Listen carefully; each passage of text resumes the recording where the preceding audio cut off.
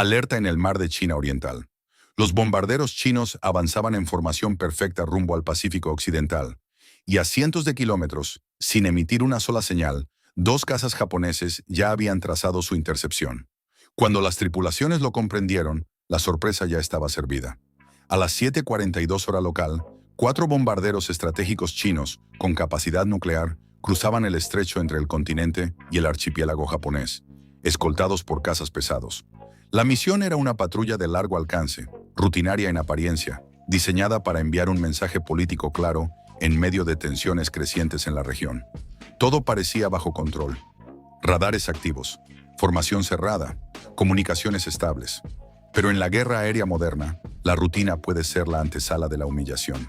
4 minutos después, desde una base en el norte de Japón, 2 F-35A de la Fuerza Aérea de Autodefensa ya estaban en el aire. No despegaron para una intercepción convencional. Ascendieron rápido, se abrieron hacia el este y describieron una amplia curva sobre el océano antes de girar hacia el oeste, entrando por detrás de la formación china. Esa maniobra añadía tiempo, pero compraba algo mucho más valioso: control del escenario. Un encuentro frontal es un parpadeo.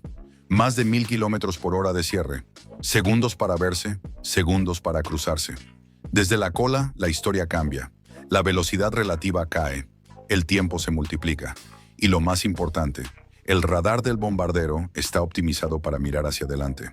Su potente haz barre el hemisferio frontal, como un faro buscando amenazas de frente. Detrás, el cielo es un punto ciego táctico. En aviación de combate, las 6 en punto no son solo una posición. Son vulnerabilidad pura.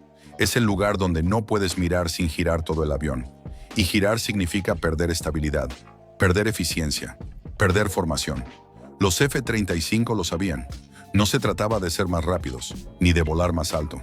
Se trataba de colocarse donde el adversario no puede ver. A las 8:03, los cazas japoneses ya estaban a más de 70 kilómetros por detrás y varios miles de metros por encima. Desde esa percha de energía, podían convertir altitud en velocidad en cualquier momento.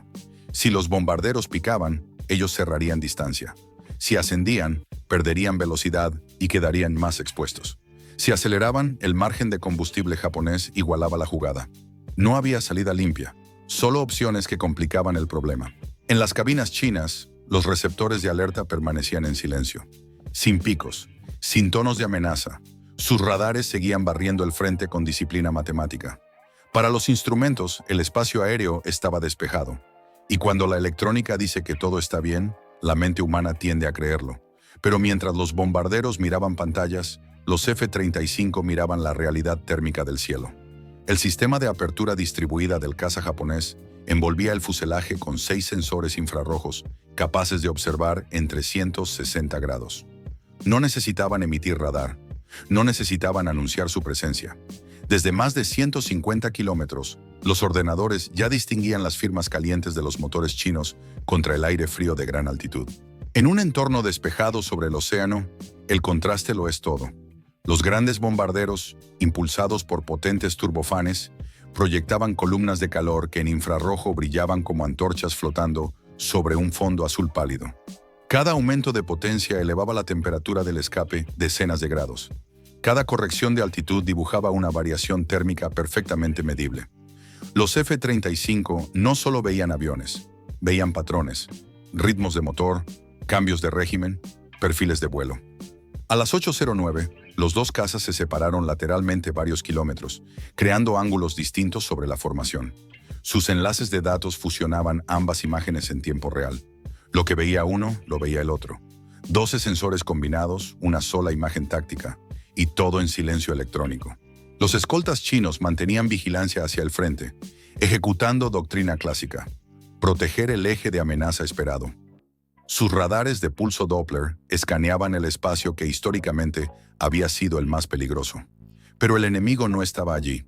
Si alguno hubiera intentado detectar por velocidad de cierre, se habría enfrentado a otro problema. Un caza que vuela perpendicular reduce su velocidad relativa casi a cero desde la perspectiva del radar enemigo. Y los radares filtran objetos lentos para eliminar ruido. En ciertos ángulos, el F-35 no solo era pequeño, era casi inexistente en la pantalla.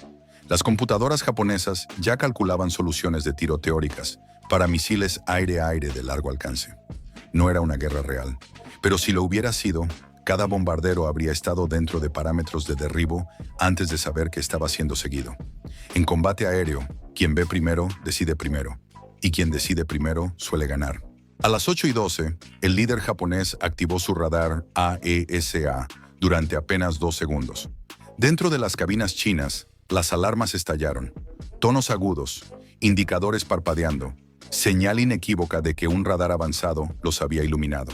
Las manos se tensaron, los ojos saltaron a las pantallas de amenaza. Y entonces, silencio. El radar desapareció tan rápido como había surgido. 2 segundos fueron suficientes.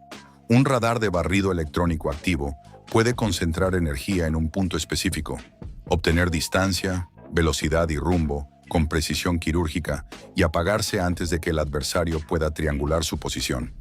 No hay plato girando, no hay barrido lento, solo microsegundos de enfoque y oscuridad de nuevo.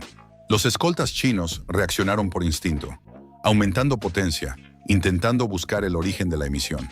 Pero el eco que intentaban encontrar era minúsculo. La sección radar equivalente del F-35 es comparable a la de un objeto del tamaño de una pelota pequeña. Su fuselaje angulado dispersa la energía. Las tomas de aire ocultan partes críticas del motor. Los materiales absorbentes hacen el resto. Pedirle a un radar convencional que encuentre eso a decenas de kilómetros es como intentar localizar un dron pequeño en medio de una tormenta de ecos marinos. Mientras tanto, los sistemas de guerra electrónica japoneses registraban cada frecuencia emitida por los radares y pods de interferencia chinos.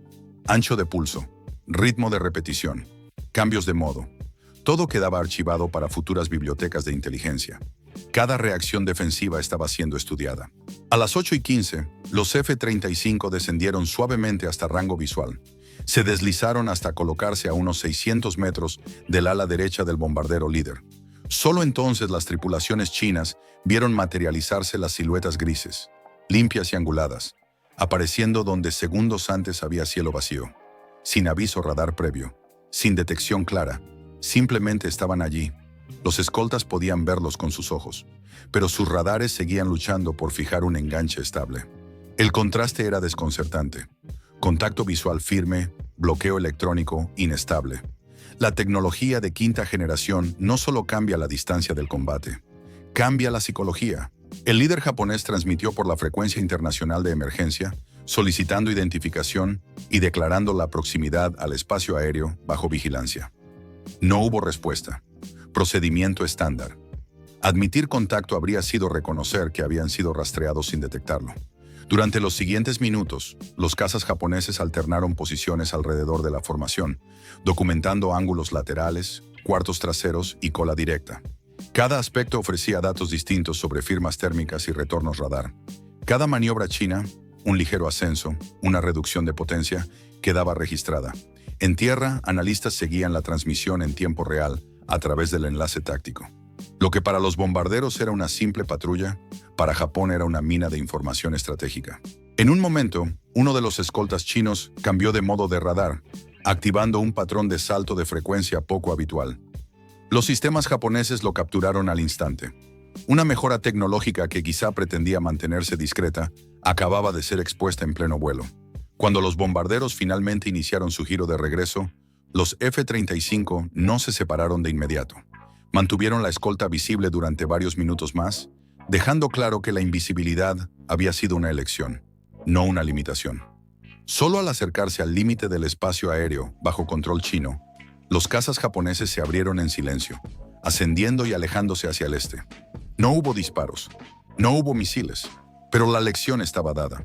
La patrulla que comenzó como una demostración de fuerza terminó convertida en una demostración de vulnerabilidad, porque en la guerra aérea moderna, el poder ya no se mide solo en toneladas de metal o empuje de motor.